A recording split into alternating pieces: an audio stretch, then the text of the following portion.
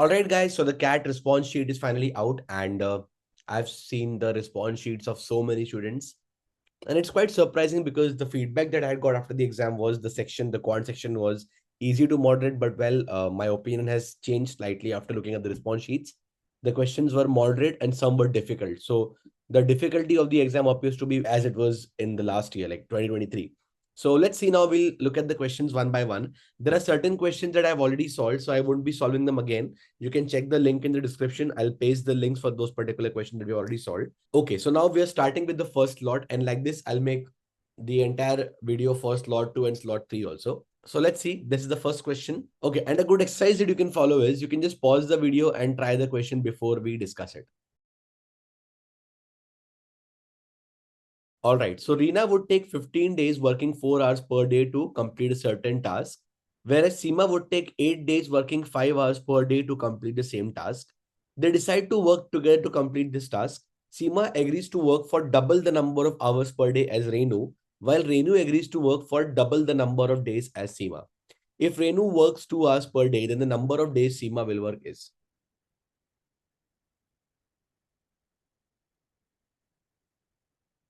Okay, so Renu takes 15 days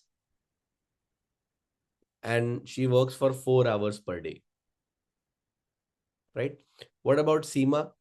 Seema takes 8 days and she works for 5 hours per day. Okay, now 15 into 4 is 60, 8 into 5 is 40. They have individually worked for these many hours, right? Let the total work be the LCM of these two numbers. LCM of 60 and 40, this should be equal to 120.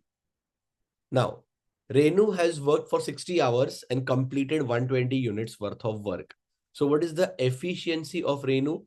120 upon 60. Efficiency of Renu will be 120 divided by 60, which will be 2 units per day, right? Similarly, Seema has completed 120 units in 40 hours, right? So her efficiency would be 120 upon 40, which is 3 units per day. Okay, now let's look at the further data. They decide to work together to complete this task. Seema agrees to work for double the number of hours per day as Renu, while Renu agrees to work for double the number of days as Seema. Okay, so whatever is the number of hours for which Seema works, okay, it is basically double the number of hours per day as Renu. So if Renu is working for H hours per day, okay, hours per day, then Seema would work for 2H number of hours per day. Okay. Similarly, if Renu Similarly, if Seema works for X number of days, then Renu would work for 2X number of days. That's all the information we have. And further, Renu works 2 hours per day. Perfect. So the H that I've assumed here, this H is actually 2 hours per day. Naturally, the 2H will obviously be equal to double of 2, that is 4. So Seema has worked for 4 hours per day. Now, very simple hereafter. Efficiency of Renu is 2 units per day. She works for 2 hours per day for 2x number of days. The total work she completes is 2 into 2 into 2x. Now that should be equal to 8x.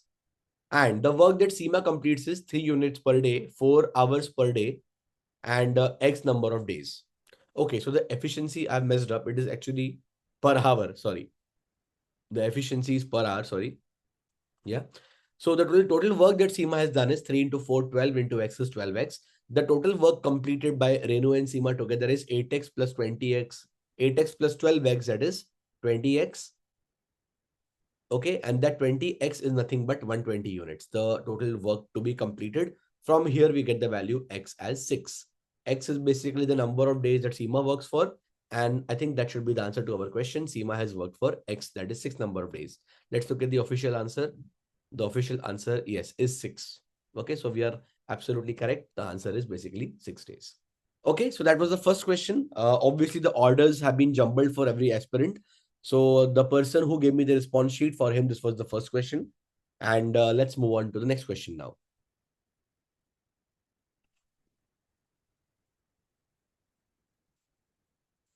Fine. So the incomes of Kamal, Amal, and Vimal are in the ratio 865.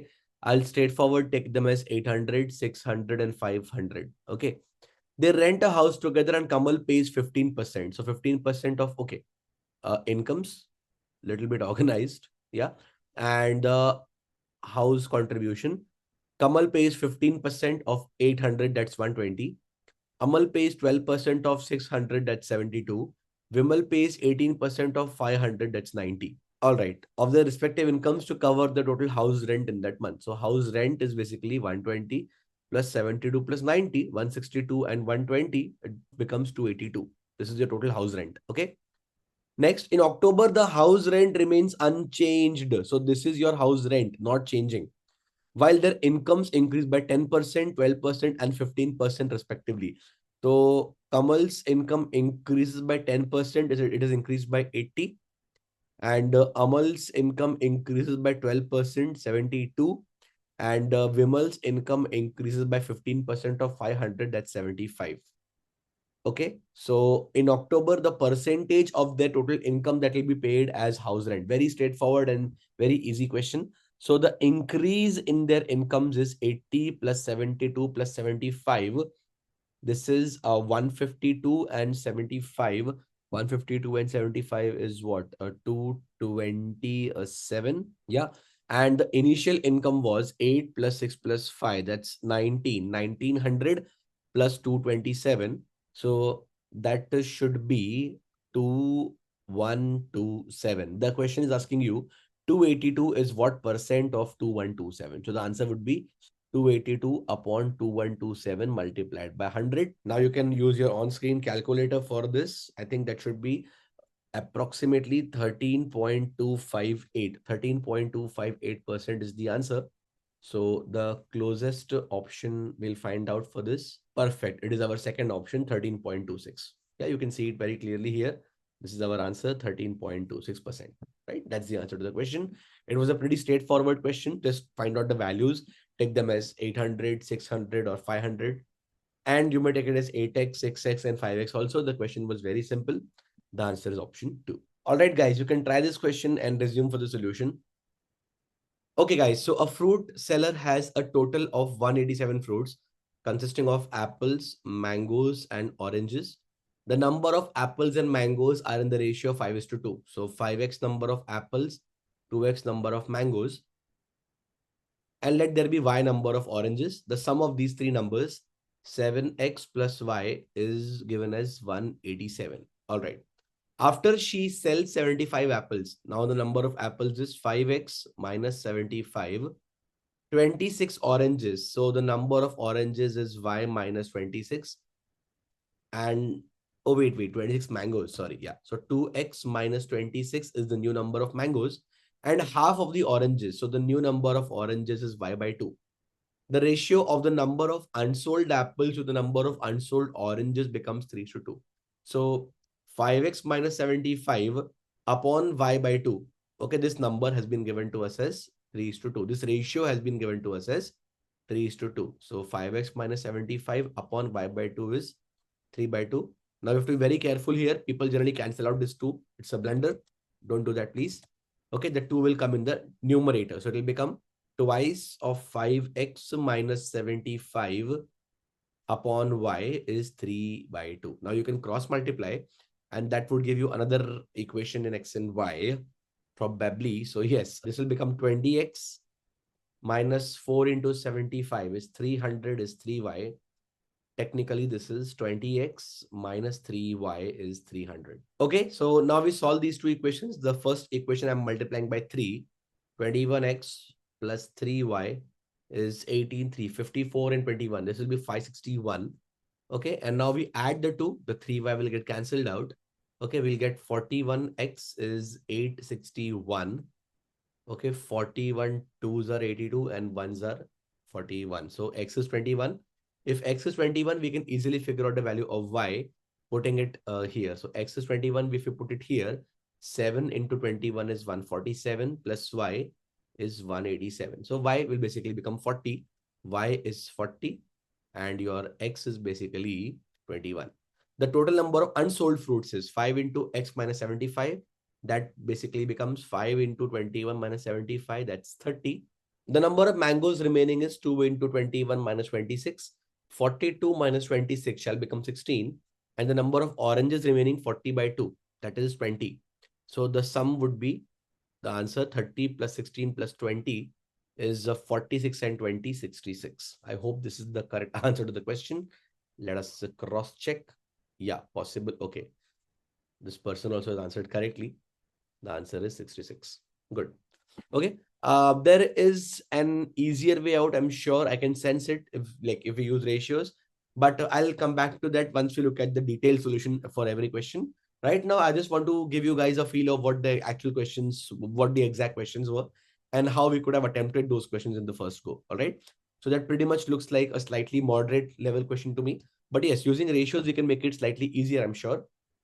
Okay, so this question I seem to have solved already, and I will post the link in the description. You guys can check it out. That's question number 4. Okay, this is yet one more question that we have already solved. I'm going to put the link in the description. You guys can check it out.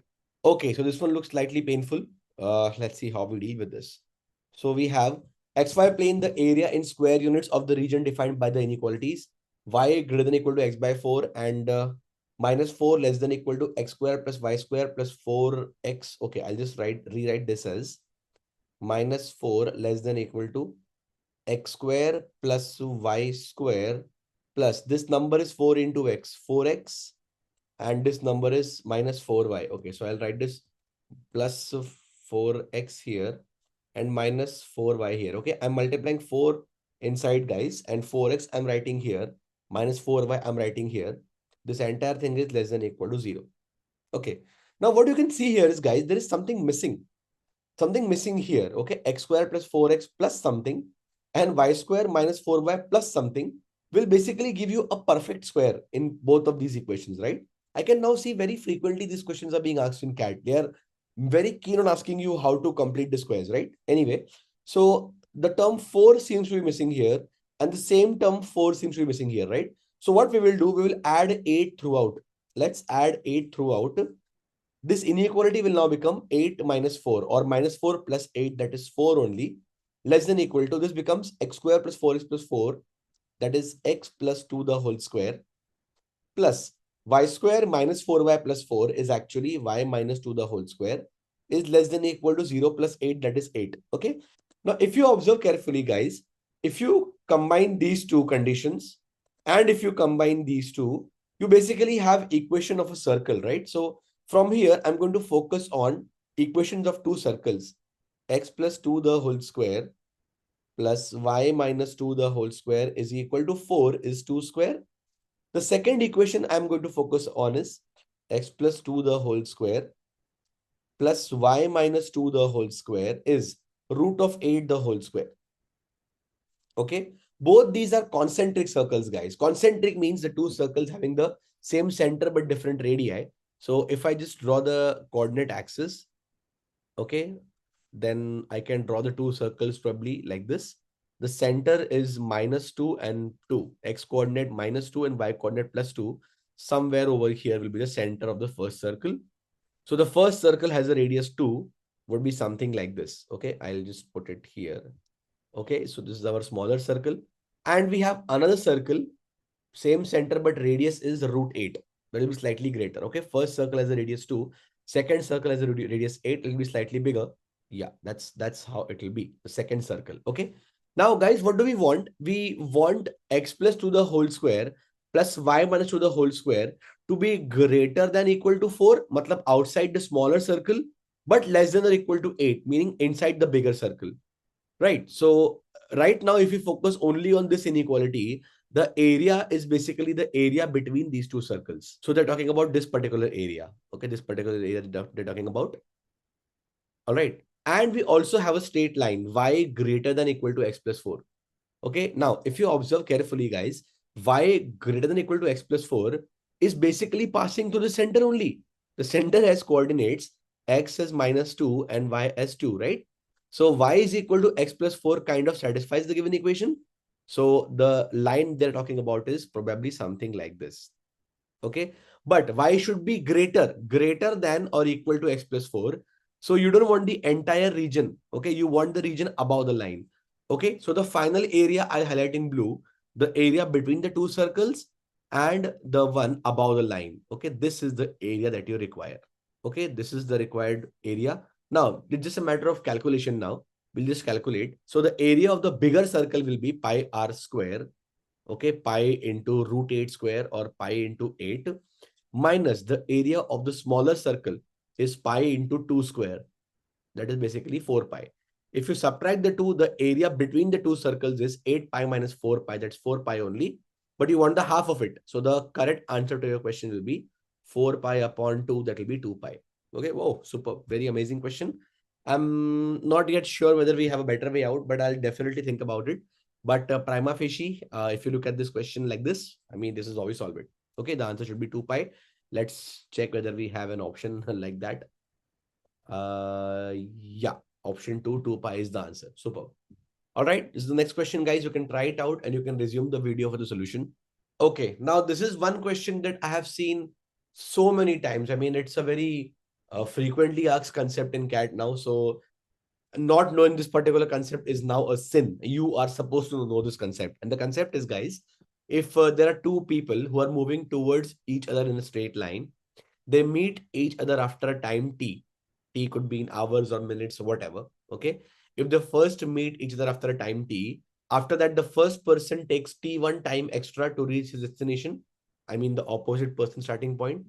And the second person takes t2 hours to reach the opposite person starting point. Then the relation between t1 and t2 is t square is t1 into t2, or t is the geometric mean of t1 and t2. You can check out the course link in the description. I have derived this particular relation also. I explained the derivation properly. And we have solved a few examples also, many CAT questions also. So you're supposed to know this, guys. If you don't know this, please know it now. Please make note of this now. Not knowing this concept is a sin.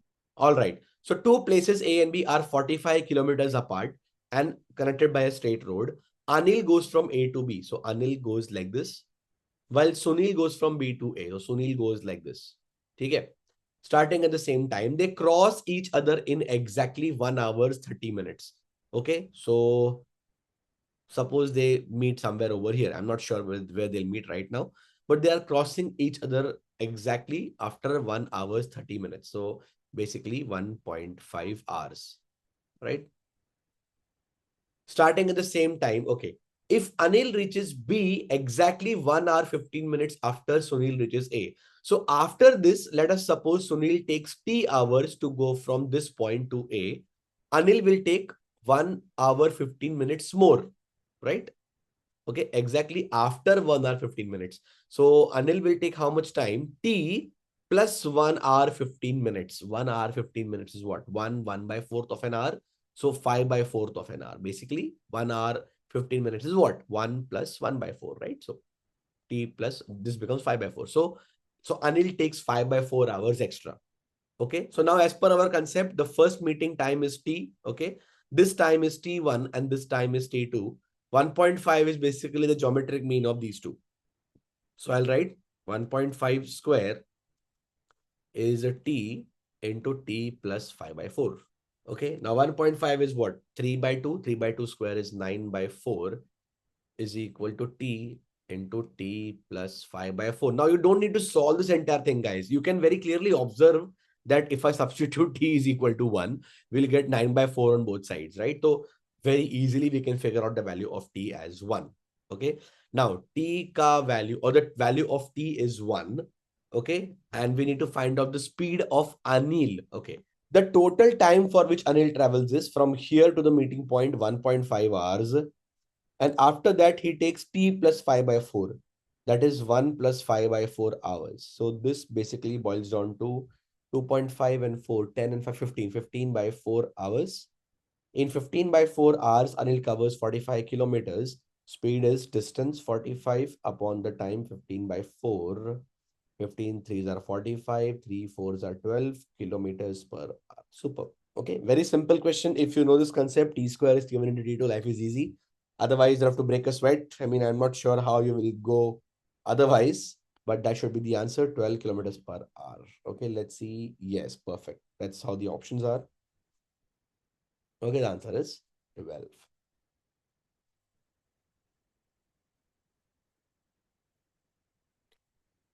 Okay, very typical question. Something similar we had in CAT 2020 also. Okay, very similar.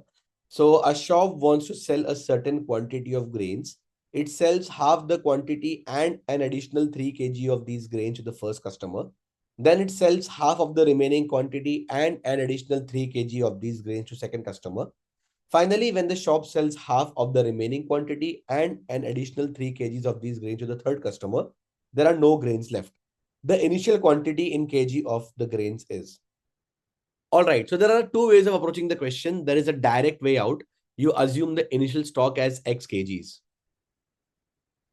Okay. Then how much is consumed and how much is left, you just have to keep track of this. Right? So when the first person comes in, okay, the shop gives half of the quantity X by 2. So now half is still left. And from the half that is left, they are giving 3 kgs to the customer, right? Now, whatever is left is the initial quantity for the second person, right? So X by 2 minus 3. Same thing is repeated. Half of this is given away. X by 4 minus 3 by 2. The half of this is also X by 4 minus 3 by 2, right? And 3 more. So from whatever is left, 3 kgs is given to the customer, right? So this much is left now. If you simplify, 2, 3 is 6 minus 3, 9. So when the third person comes in, the grams of grains left is X by 4 minus 9 by 2. Okay, now again, when the third person comes in, you give half of this, X by 8 minus 9 by 4. This much is also left, X by 8 minus 9 by 4. From this, you are giving away 3 more, right? So this is what is left now. 4, 3, 12 minus 9 is 21. This is X by 8 minus 21 by 4. The question says now there are no grains left. So this should be equal to 0. X by 8 minus 21 by 4 is 0. That gives you X by 8 is 21 by 4, or X is 21 twos are. 21 twos are basically 42. That should be the answer to your question. Now, this is one way of solving, guys. This is one way of solving. Okay. Now, let's look at the other or a slightly better way of solving this, guys. And the better way is to basically go reverse. Now, observe that when the first person comes in, we have a stock of X kgs. Okay. And what is left now? X by 2 minus 3. Now, if I ask you, X by 2 minus 3 kgs worth of grain is left, how much was there initially? You will say it is X. So from X by 2 minus 3, how do you reach X? You simply add 3 first. It will become X by 2. And then you basically double it, right? So whatever is left from that, if you want to reach the initial number of grams of grain left, you simply add 3 and double, right? So technically what you're doing is when the first person comes in, you basically do half and then you subtract 3, right? Now we are going reverse. We will add 3 and then we will double. Okay, that's how it is. Add 3 and double will give you the initial number of grapes. Okay, so we now back calculate using the same logic. When the third person left, 0 kgs of grains was left. Okay, our logic is plus 3 into 2, right? So 0 plus 3 is 3 into 2, 6.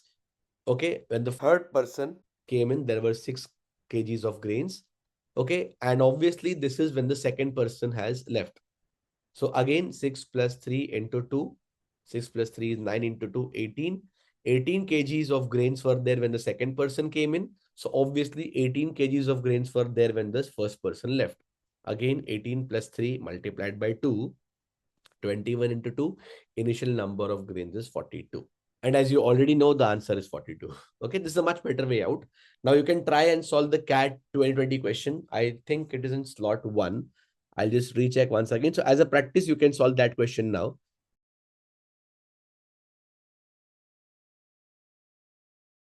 All right, guys. So the next question, very, very deadly question. It's basically, it's like a game of snakes and ladder where this is that snake which will bite you so badly if you don't pay attention, and it will drag you down to hell. Okay, very bad analogy of the movie, but yes.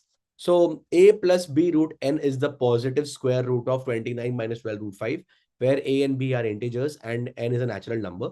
Then the maximum possible value of a plus b plus n is. Okay, so let's start solving. We have the options here, 6, 18, 22, and 4. So let's focus on this part first, 29 minus 12 root 5. The whole idea is 29 minus 12 root 5 has to be split as 29 minus 2 into a into b, such that a square and b square give you 29. Okay, how and why? I've explained that in detail in my course, basically. You can check out the link in the description for the same.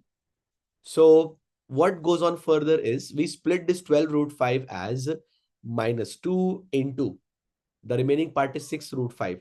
Now, if I take 6 and 5 root 5 solely, 6 square is 36 and root 5 square is 5.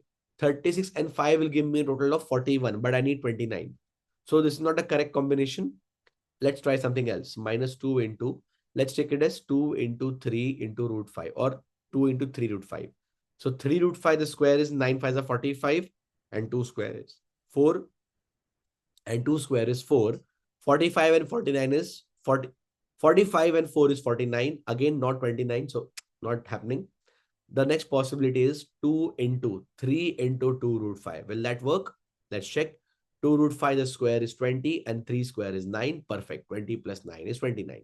So basically, if you remove everything else from the screen right now, if I just remove everything else, what we have here is 29 can be written as 2 root 5 the whole square plus 3 the whole square minus 2 into 2 root 5 into 3. Okay, now this is basically the expansion of 2 root 5 minus 3 the whole square. The positive square root will be 2 root 5 minus 3, which can be rearranged as minus 3 plus 2 root 5. The question says this is of the form a plus b root n.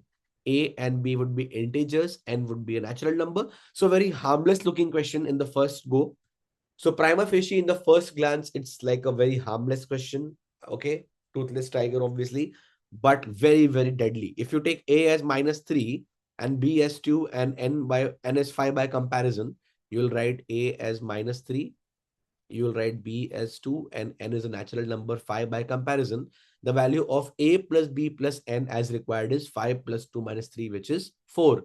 But 4 is not the answer to our question, guys. 4 is not the answer to our question. Okay, so you have to be very, very, very, very careful here.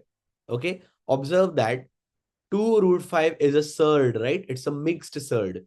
We can also write that in the pure form, right? So if I write this minus 3 plus 2 root 5 in the pure form, it will be minus 3 plus 1 root. 5 into 2 square will become 20.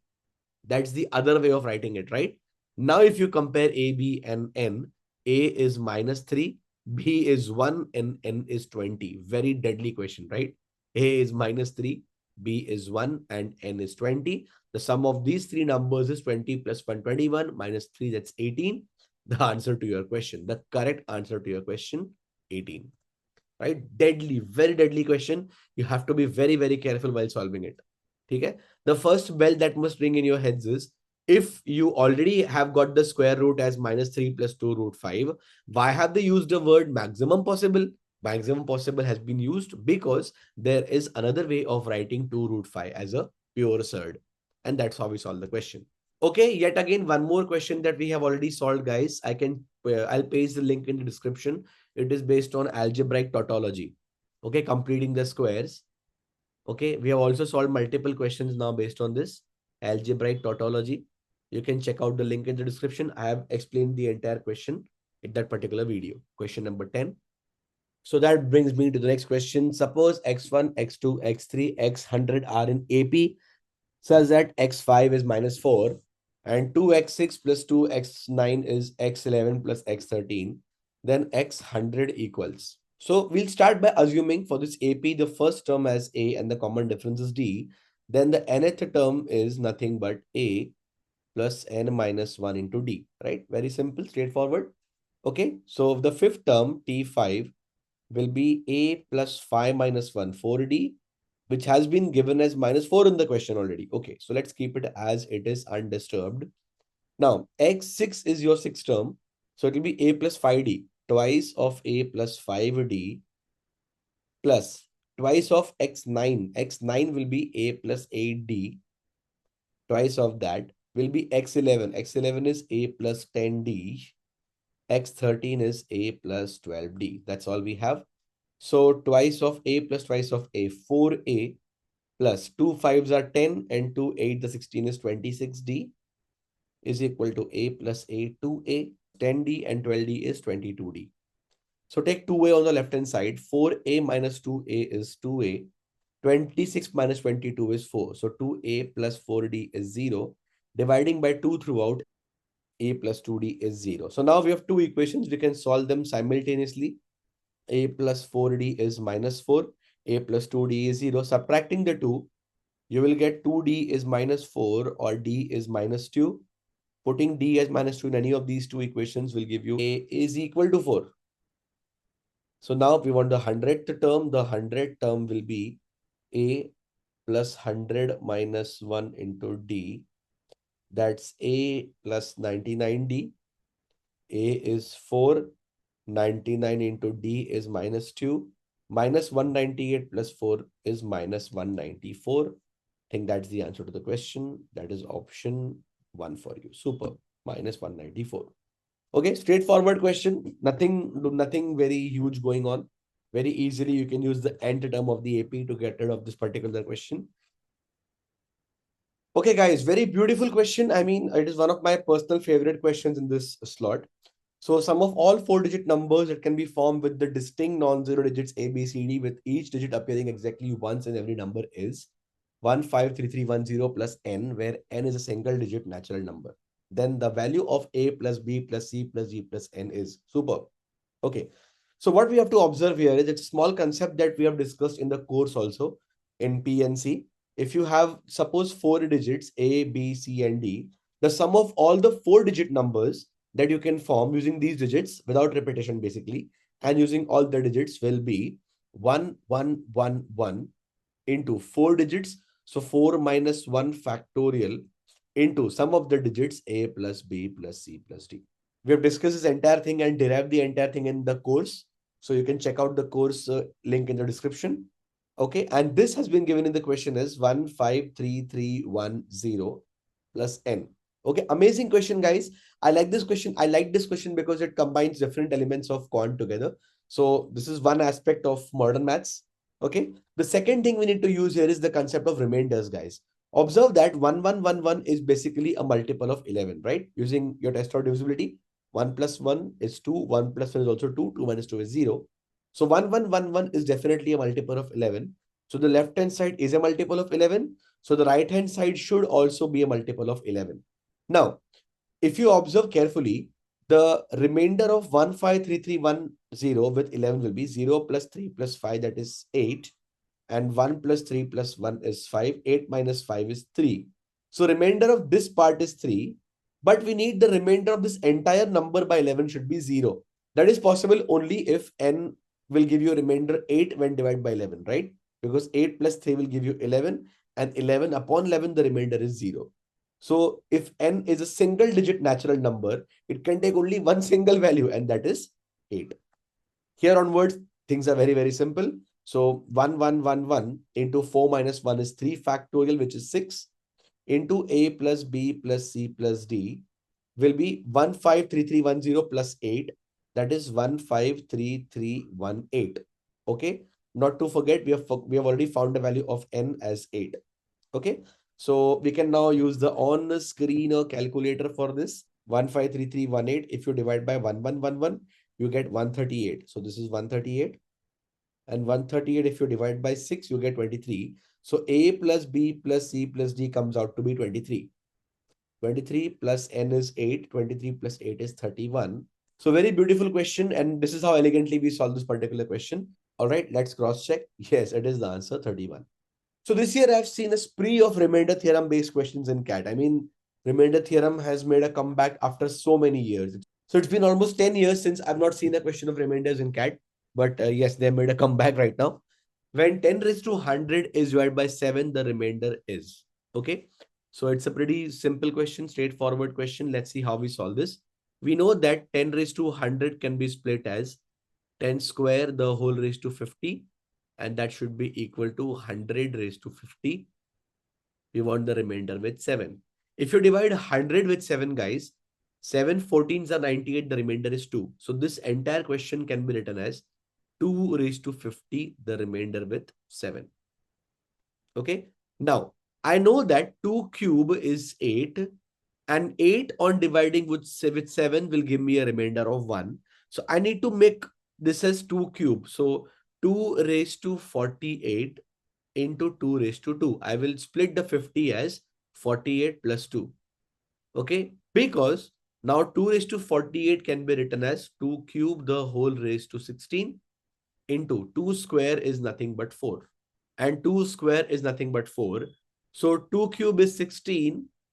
So 2 cube raised to 16 is 8 raised to 16 into 4. 8, if you divide by 7, the remainder will be 1. So 1 raised to 16 into 4 is 1 into 4, that is 4 only. The final remainder is 4.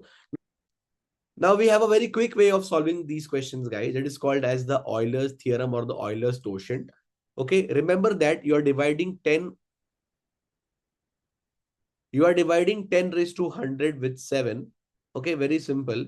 What is the Euler's number of 7? Euler's number of 7 will be 7 minus 1, that is 6.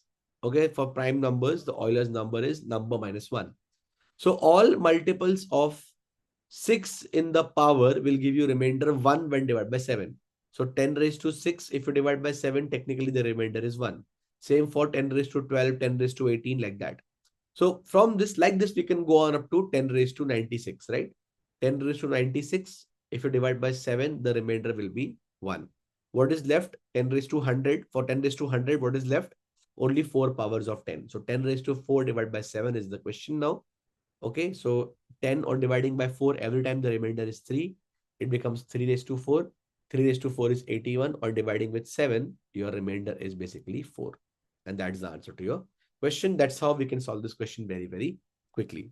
More information about the Euler's theorem, you can check out the course in the description. I've explained the concept of the Euler's number and how Euler's number can be used in remainders. Also, I've explained properly.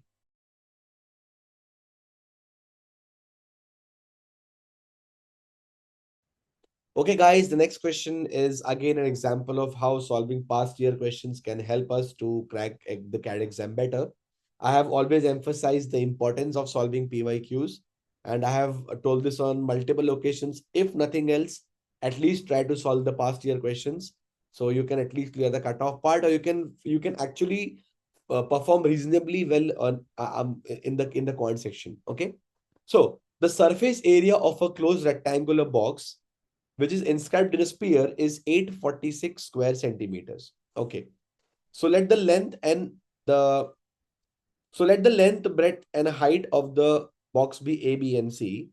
The surface area, the total surface area will be twice of AB plus BC plus CA, which has been given to us as 846. Okay. And the sum of the length of all its edges is 144 centimeters. Guys, if you're drawing a box, okay, the box will have basically all these edges, 12 edges, right? Okay. In the 12 edges, the length will come 4 times. Okay. 1, 2, 3, and 4 at 1 at the back. The breadth will also come 4 times. Okay. 1, 2, 3, and 1 is hidden here. And the height will also come 4 times, right? The 4 pillars, 1, 2, 3, and 1 is hidden, right?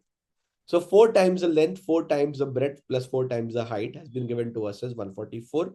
From the context of the question, from the context of the values that we have taken, we'll get 4a plus 4b plus 4c is 144, which basically gives us a plus b plus c as 36. Okay. Now, let us observe something very interesting, guys. If I square this equation, okay, if I square this equation, a plus b plus c the whole square is 36 square. We know that a plus b plus c the whole square is what? A square plus b square plus c square plus twice of ab plus twice of bc plus twice of ca, right? 36 square is 1296. This we know from the question already. It is 846, right? So if I put 846 here, I can now calculate the value of root of a square plus b square plus c square. It will be 1296 minus 846. Okay. And what will be 1296 minus 846? 450. So a square plus b square plus z plus c square will be 450. So we have got a square plus b square plus c square is 450.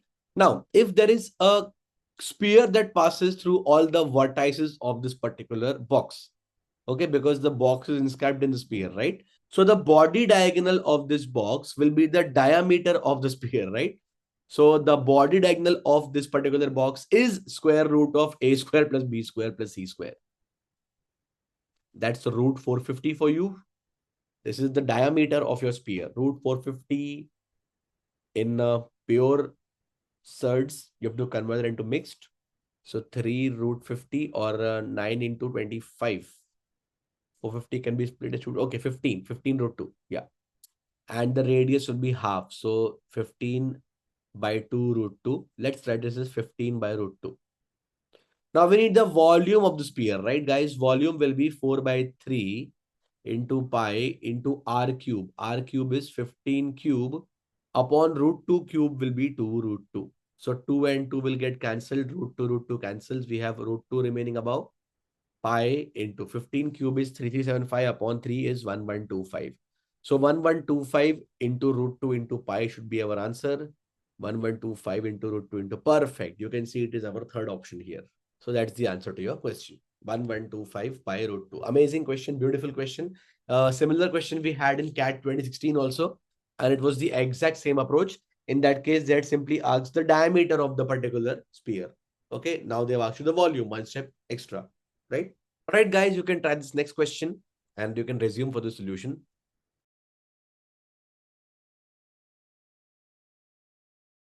All right. So if the equations x square plus mx plus 9 is 0, x square plus nx plus 17 is 0, and x square plus m plus n into x plus 35 is 0, have a common negative root, then the value of 2m plus 3n is. Okay. So we can see the coefficient of x as m plus n here. And there is one more way of making the coefficient of x as m plus n by adding these two equations. So the first step is we add these two equations. We'll get something like 2x square plus mx plus nx will be x common m plus n plus 9 plus 17 is 26 will be equal to 0. And our second equation is x square plus m plus n into x plus 35 is equal to 0. Okay. Now, when you subtract these two equations, guys, observe that m plus n into x will get cancelled out. 2x square minus x square is x square. 26 minus 35 is minus 9. X square minus 9 is 0. So x can be equal to plus or minus 3. Okay. This x is equal to plus or minus 3. These could be the common roots of the equations, but they have a common negative root. So the common root has to be minus 3 in this case. Bingo. That's all you need to solve the question. Substitute x as minus 3 in the first equation. Minus 3 square plus m into minus 3 plus 9 is 0. That gives me 9 plus 9, 18 minus 3m is 0. So 3m would be equal to 18 or m would be equal to simply 6, right? Similarly, I now substitute x equal to minus 3 in the second equation. I'll get the value of n. So minus 3 square plus n into minus 3 plus 17 should be equal to 0. Minus 3 square is 9 plus 17 is 26. 26 minus 3n would be equal to 0, or we get 3n equals 26. From the first condition, if m is 6, then 2m would be equal to 12. 2m is 12, 3n is 26. The sum of these two is what we need in the answer. 26 plus 12, the answer is 38. Pretty simple question. All right, guys, you can try this next question and you can resume the video for the solution.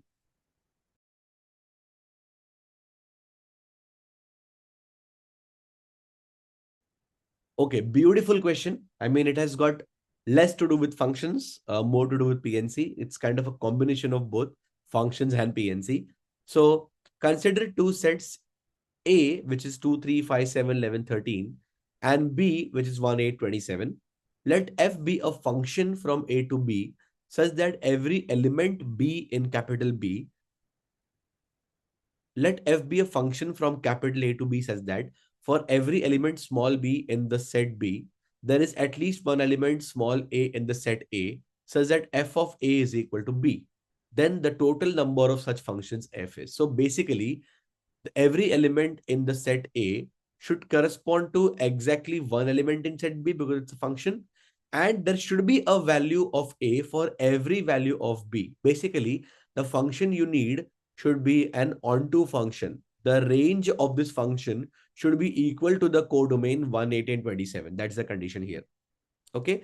So first of all, let's find out the total number of functions you can draw from A to B. Okay. A has m number of elements and B has, okay, if in general a set A has m number of elements, the set B has n number of elements, the total number of functions from A to B is basically n raised to m. Okay, this is our basic counting principle. So n here is basically 3 and m is 6. 3 raised to 6, we have a total of 729. So 729 functions are possible from A to B. Now, if you want an onto function, guys, notice that we want every element of A to correspond to some element of B, such that every element of B has an element in A, right? That means we cannot leave out any element in B. So let's look at the cases. There are many cases possible. The first case is all the 6 elements of the set A, they correspond to exactly one element of B, right? It may be possible that 2 corresponds to 1, 3 corresponds to 1, 5 corresponds to 1, 7 corresponds to 1, 11 corresponds to 1, and 13 corresponds to 1. That is one possibility. Similarly, the set 2, similarly, 2 could correspond to 8, 3 corresponds to 8, 5 corresponds to 8, right? And last possibility, 2 corresponds to 27. Okay, 3 corresponds to 27, like that. It could be a many one function, right? So I'll write it here, 1, 8, 27. All the elements could correspond to either 1, right? Or all the elements could correspond to 8, or all the elements could correspond to 27. These are three possibilities which we don't want, right? Now, similarly, we don't want all those cases where any 5 of the elements from A would correspond to exactly one element of B, right? And the remaining one element would correspond to any of the 2 other elements of B, right? So total 6 elements are there in A, 2, 3, 5, 7, 11, 13. Selecting 5 of them is 6C5 ways, right? 6C5 is basically 6. So the 6 elements, so there are 6 ways to choose exactly 5 elements of the elements of A, and all of them could correspond to a single element. It could be either 1 or 8 or 27. So all these 6 selections that we have made will have further 3 choices, 1, 8, and 27, right? Now, the one element that we have left out will have exactly 2 choices, right? So if the 5 elements we are selecting here, they correspond to 1, the one left out element could correspond to either 8 or 27, right? So the one element that is left out could basically have 2 correspondences. So total number of correspondences we can have are 6 threes are 18 into 2, 36. And we don't want these 36 cases, right? Because exactly one element in B would be left out. Okay, and now we have the next possibility. Okay, exactly 4 elements from A could correspond to some element in exactly one element in B. And exactly 2 elements, the remaining 2 elements could correspond to exactly one element in B. So out of 6, we can select 4 elements in 6C4, which is same as 6C2 or 15 ways. All these 15 selections can correspond to either 1, 8 or 27. So 3 ways. The remaining 2 elements will have 2 options further, right? So total number of ways, total number of ways in which we can have these correspondence are 15 into 3 into 2, that is 90. And we don't want those 90 cases because exactly one of the elements will be left out, right? The last part is slightly tricky. The last case is exactly 3 elements from A correspond to any one element of B, exactly one element of B. This could be done in 6C3 selections, 20 ways. And those 20 selections of 3 elements will have 3 options, either 1 or 8 or 27. So 60 ways. And the remaining 3 elements, out of that, we'll select 3 in only one way. They could have basically 2 correspondence, but out of them, the 2 could be the one that we have selected previously also. So upon 2, so there is only one way to select the remaining 3 correspondences of the elements. 60 into 1, the total number of correspondences will be 60. Again, we don't want these 60 because exactly one element in B will be left out. So from 729, we remove all these unfavorable cases, 3, 36, then 90, and then 60. This is 150 and 39, 189. 729 minus 189 is 540. Yeah, 540 is our answer. right? So that's how we do it. Question number 17 and question number 18, we have already discussed these two questions, guys. I will attach the link in the description. You can check that out. Let's move on to the next question. All right. For any natural number n, let a n be the largest integer not exceeding root n. Basically, it is the box of root n, the greatest integer function. Then the value of a1 plus a2 plus a3 plus a4 plus a5 up to a50 is. So basically the question is box of root 1 plus box of root 2 plus box of root 3 plus box of root 4 plus box of root 5 up to box of root 50. This is our question. Okay. Now, let's observe this carefully, guys. Root 1 will be 1 only. So box of this will be 1 plus root 2 is 1.414. The box of that is again 1. The greatest integer less than 1.414. Similarly, root 3 is 1.732. The greatest integer not exceeding that is 1 box, right? Plus box of root 4 is 2. The box of that will be 2 only. Okay, plus root 5 is basically 2.2 something, 2.2-ish. The square root of 5, the box of that will be 2 only. Similarly, root of 6 will be again 2 point something, the box will be 2 only. Same for root 7, same for root 8. Root 9 will become 3. And this goes on, right? Up to root 49 will be 7 and root 50 will also be 7 point something. The box of that will be 7. If you observe, guys, the number 1 will come 3 times. 1 into 3 plus the number 2 will come 5 times. 2 into 5 plus the number 3 will come 7 times by that logic. The number 4 will come 9 times. The number 5 will come 11 times. The number 6 will come 13 times. And the number 7 will come 2 times. The final answer is going to be sum of all these. So 3 plus 10 plus 21 plus 36 plus 55 plus 78 plus 14.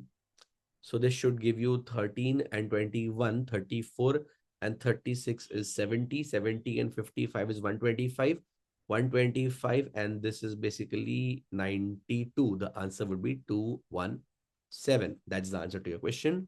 217. Pretty simple question. Just that you have to interpret it properly. They're talking about the box function, the greatest integer function only. Okay. Answer is 217. All right. So you can try this question and pause the video. You can resume the video for the solution. So there are 4 numbers such that the average of first 2 numbers is 1 more than the first number. So let the numbers be A1, A2, A3 and A4. Okay. First, the average of first 2 numbers A1 plus A2 upon 2. This is 1 more than the first number. So A1 plus 1. This gives me A1 plus A2 is twice A1 plus 2. Matter of factly, A2 is A1 plus 2. This was the first condition, right?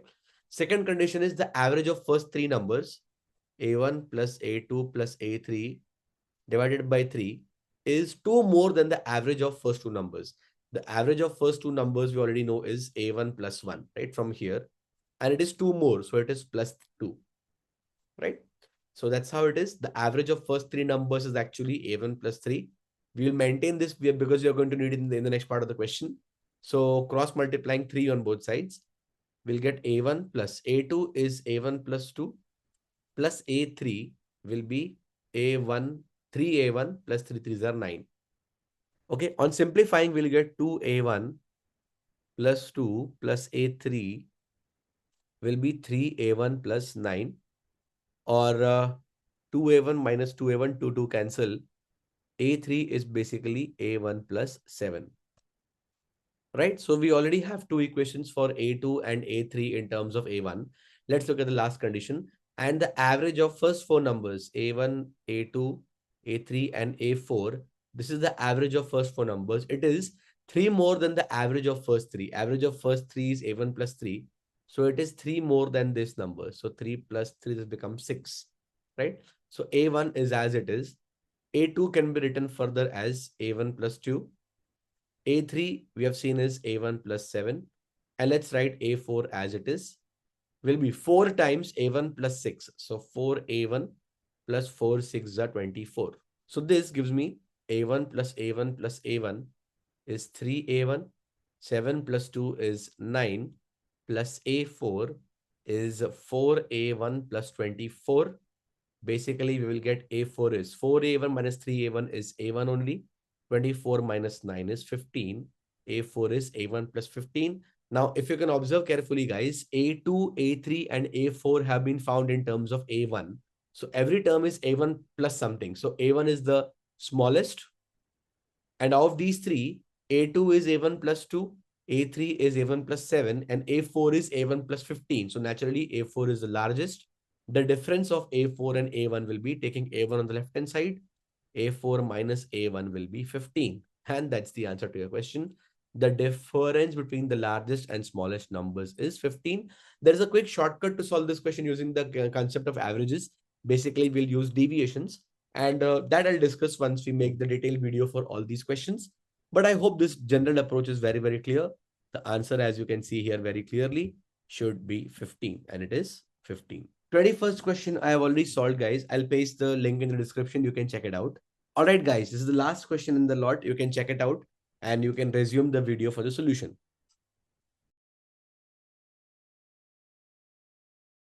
Okay.